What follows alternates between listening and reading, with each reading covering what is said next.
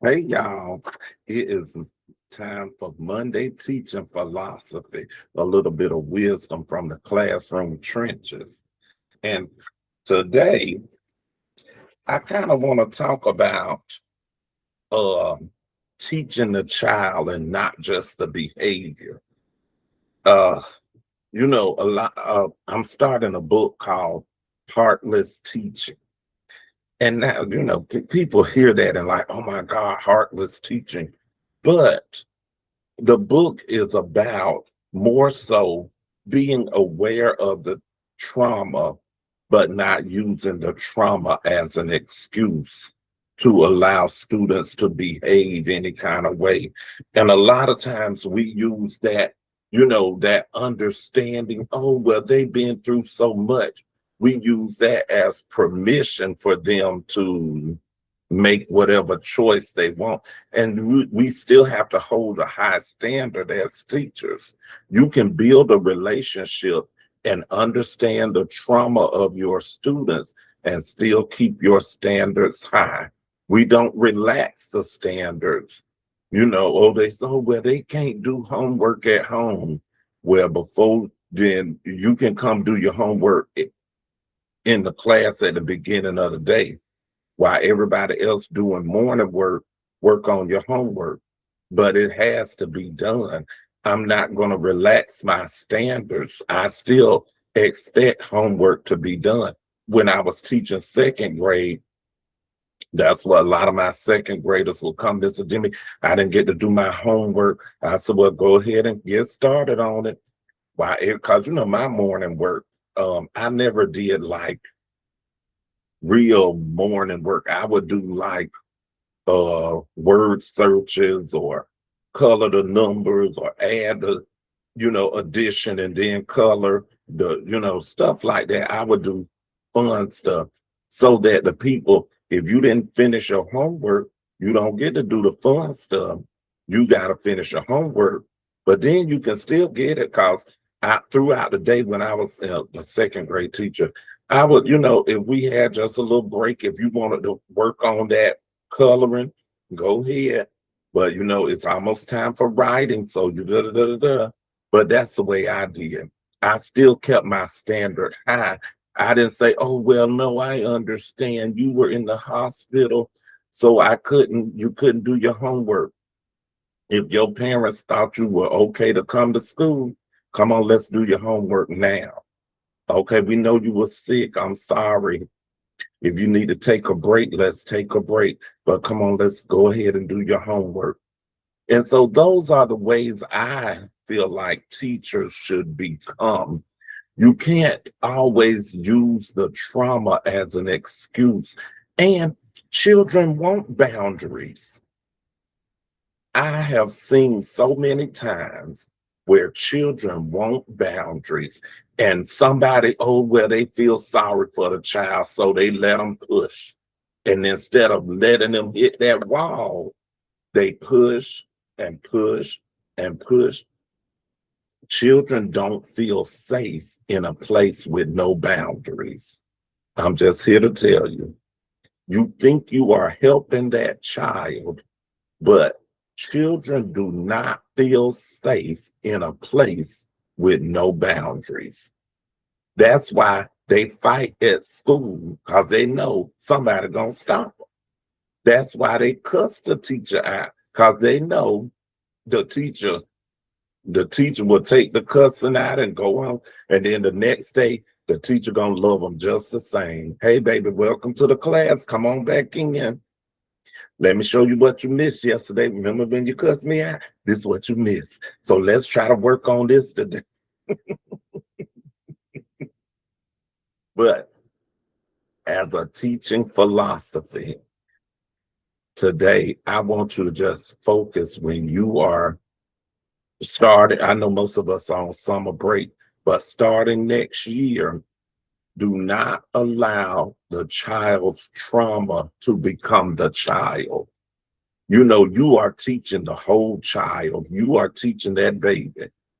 So don't let that trauma, oh well, this happened to you and that happened to you, so you can't achieve. That's what it comes across. It comes across like, oh, you can't do this because this happened to you. And that's setting them up for a victim mindset. And we don't want our students to be victims. We want them to be victorious. That's the way I feel. So that's what happened to me. One of my students came in the room.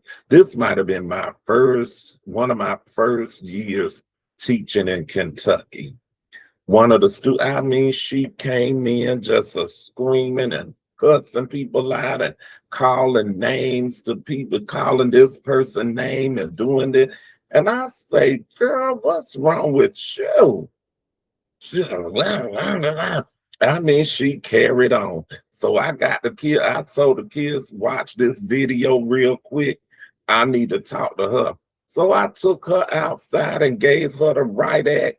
Why are you coming in my room with this foolishness? Blah, blah, blah, blah. You know I don't understand. And she said, well, Mr. Demby, you don't understand what happened to me.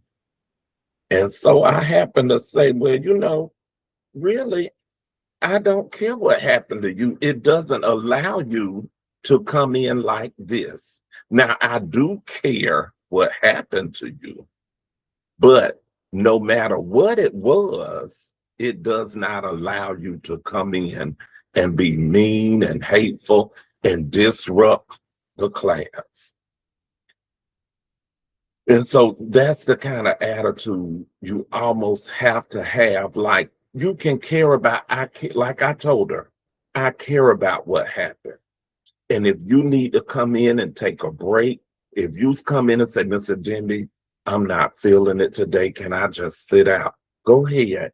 I'll give you some coloring papers or some journal prompts to write, or if sometimes I used to have, back in the day when we had Walkmans, I had Walkmans with music on it so they could just listen to music. It was all inspirational, some church music, some inspirational music, but it had music. I would say, sit over there and, listen to music. But I would not allow you to come in and disrupt everybody, call people names. I'm not going to let nobody talk about you. And I'm not going to sit here and let you talk about nobody else. So, and that's the way I tell all my kids. I'm going to protect you from bullying, and I'm not going to let you bully anybody else, even though that's not really bullying. That's just, kids being evil sometimes, but I'm not going to let you do it. I don't care what happened to you. You cannot do it. You have to still come in here, treat others with respect, treat me with respect, treat yourself with respect. When you come in, and I tell all my students, if you don't feel like learning, because some days I come to school, and I just don't feel it. And some days, if that's how you feel, Mr. Demby, hey, can I sit out for my kids do that? Then, Mr. Demby, I don't feel like doing this. Can I play the keyboard, or can I listen to music? Can I do this? Yeah, you can, because I understand. Especially if you have a traumatic event happen, you're not going to feel like it. But you cannot use your traumatic event to disrupt the class and to cause chaos in this classroom. And so if you can remember that, teach the child, do not allow the trauma to become the child.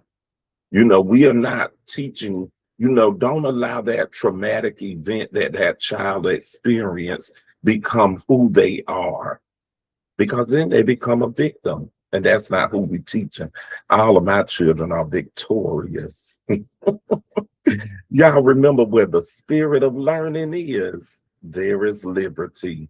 And I'm telling you, if you teach those babies how to learn, and they get excited about learning how to learn and how to figure stuff out and how to ask questions, they are free to do whatever they want to do. That's what I mean when I say where the spirit of learning is, there is liberty. Y'all keep on teaching.